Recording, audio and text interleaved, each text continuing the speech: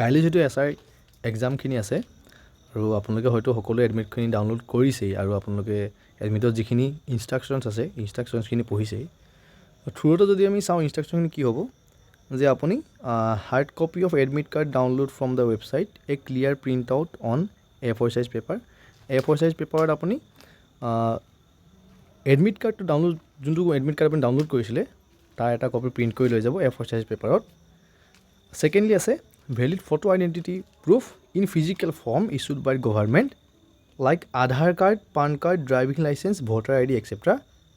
Valid photo identity proof in physical form মানে আপোনাৰ যি আধাৰ কাৰ্ড, পান কাৰ্ড বা ভোটাৰ কাৰ্ড এইখিনি আছে আপুনি কি কৰিব এইটো ফিজিকেল ফৰ্মত লৈ যাব। মোবাইলত এনেকৈ ডিজিটেলি আপুনি নিলে নহ'ব, ফিজিকেল লৈ যাব। তাৰপিছত আৰু এটা আছে বল পইণ্ট পেন মানে আপুনি জেল পেন নিলে নহ'ব, বল পেন লৈ যাব।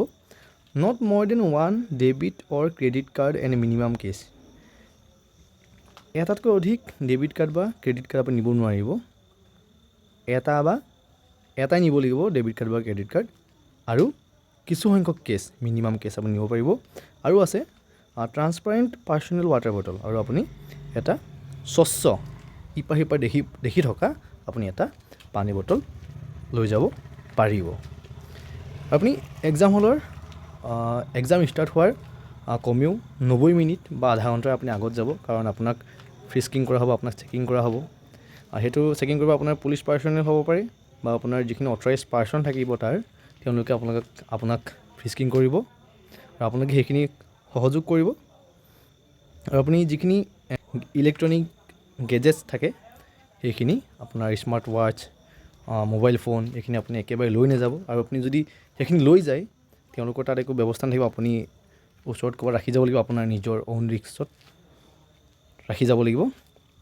গতিকে আপোনালোকে এইখিনি চাব ভালকৈ আৰু OMR শ্বীটটোত আপোনালোকে ফিল আপ কৰোঁতে ভালকৈ চাব, কাৰণ OMR শ্বীটৰ যিটো কুৱেশ্যন বুকলেট নাম্বাৰ থাকে সেইটো ভৰাব লাগিব। তাত A বুলি থাকিলে A চিৰিজৰ হ'লে আপুনি A লিখিব লাগিব। লিখি পিনি আপুনি আকৌ যিটো চাৰ্কুল থাকিব এৰ তলত বা যিটো আপুনি নাম্বাৰ পাব সেইটো চিৰিজৰ তাত আপুনি চাৰ্কুলটো কৰিব লাগিব।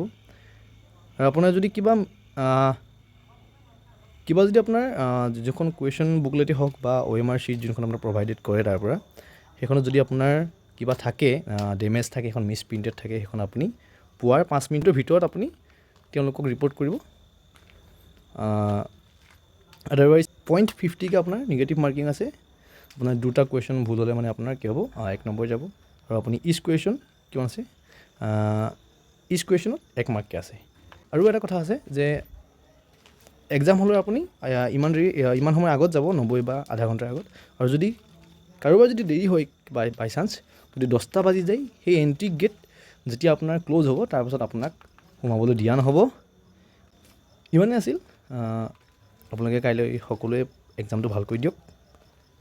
সকলোৱে বেষ্ট অফ লাক থাকিল। আজিলৈ ভিডিঅ'টি ইমানেই। ধন্যবাদ।